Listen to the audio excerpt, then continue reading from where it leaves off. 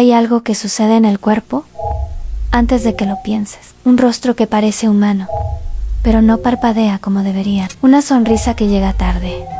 Una voz correcta, sin emoción real.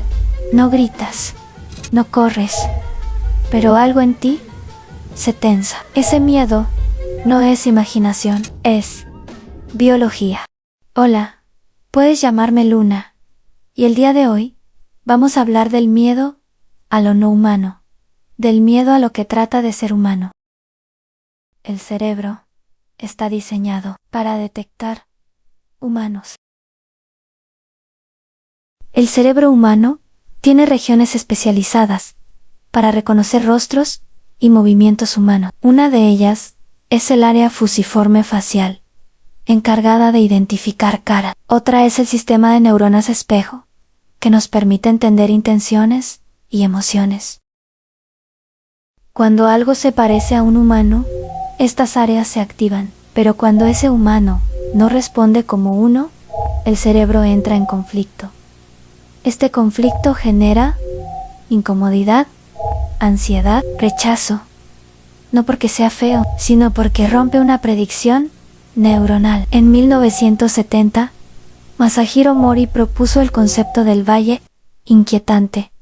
Hoy, la neurociencia lo respalda. Estudios con resonancia magnética funcional muestran que cuando vemos robots muy realistas, avatares humanos imperfectos, animaciones hiperrealistas, se activa la amígdala, la región asociada al miedo y la detección de amenazas.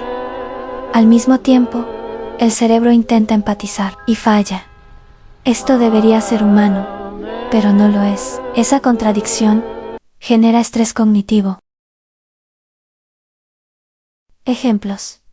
En el cine, cuando lo real da miedo. ¡Todos a bordo! Hay algo extraño en estos rostros. No es que estén mal hechos, es que están demasiado bien hechos. Los personajes de Polar Express parecen humanos, pero sus ojos no siguen los micromovimientos reales del rostro. La neurociencia explica por qué eso incomoda.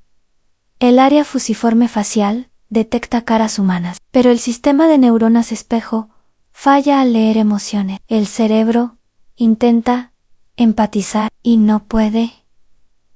Eso activa la amígdala, la misma región que se activa ante peligro o enfermedad. No es nostalgia lo que sientes, es alerta.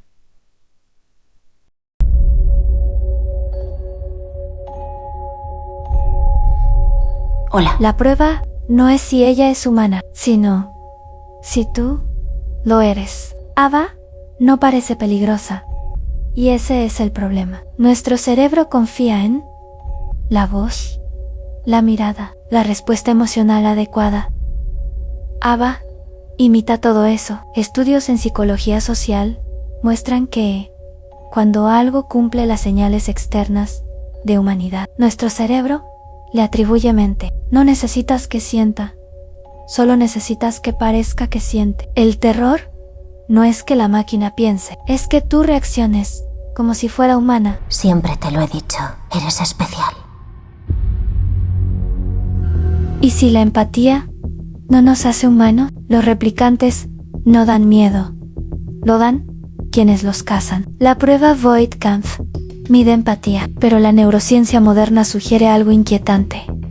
La empatía no es una esencia, es un proceso neuronal entrenable. Si una máquina aprende a responder emocionalmente, ¿sigue siendo solo una máquina? Blade Runner no trata de androides, trata del miedo a que lo humano no sea tan especial. Me llamo Kara. Soy una de ellos. Esta es nuestra historia.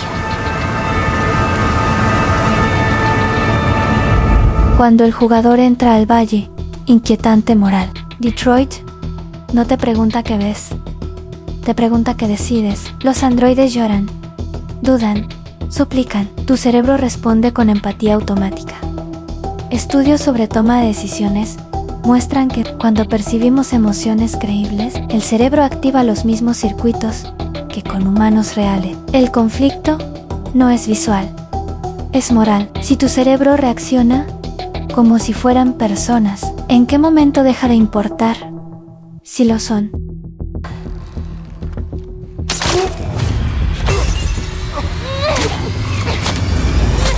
El error que delata la mentira. Los NPCs parecen vivos, hasta que algo falla. Una mirada que no responde.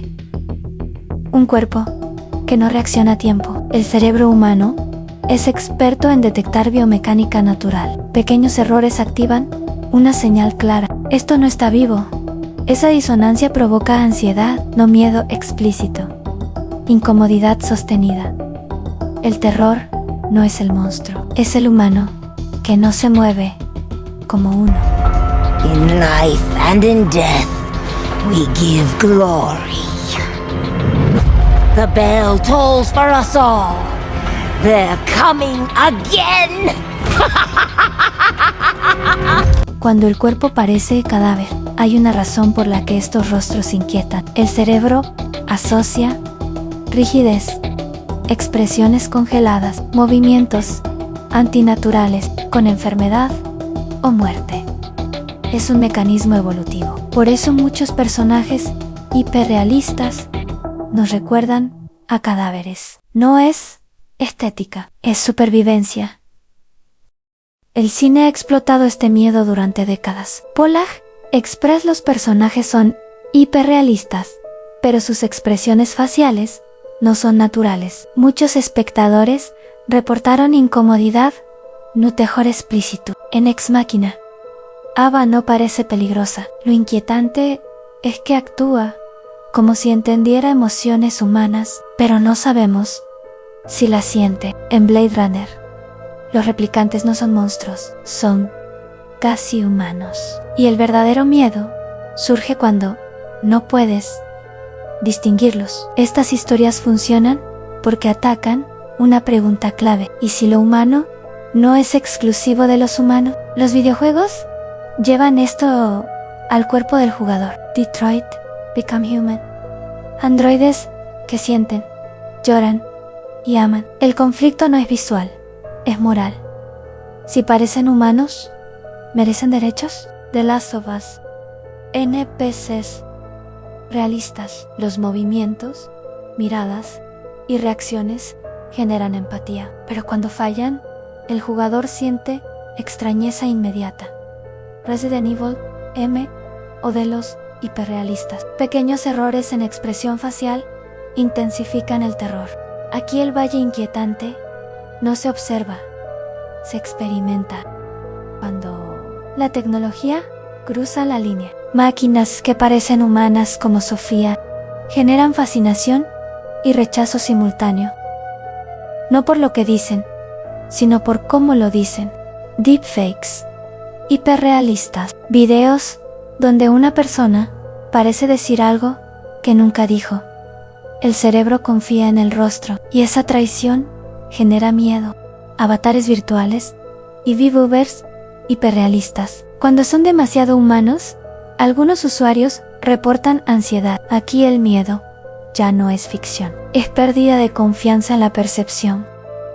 En psicología, el miedo al doble está relacionado con pérdida de identidad, miedo a ser reemplazado, disolución del yo.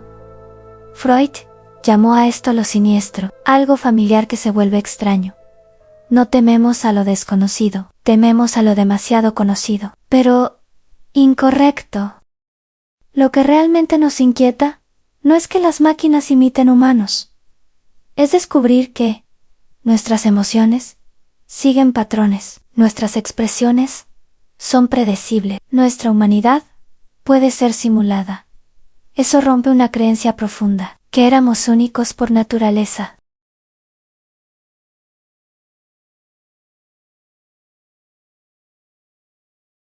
Desde el punto psicológico. Cuando ves un rostro hablar, tu cerebro confía. Los deepfakes rompen esa confianza. Estudios cognitivos muestran que el rostro es una de las fuentes de verdad más fuertes para el cerebro. Cuando esa verdad falla, no solo dudas del video, dudas de la realidad. El miedo no es a la tecnología, es a perder el ancla perceptiva.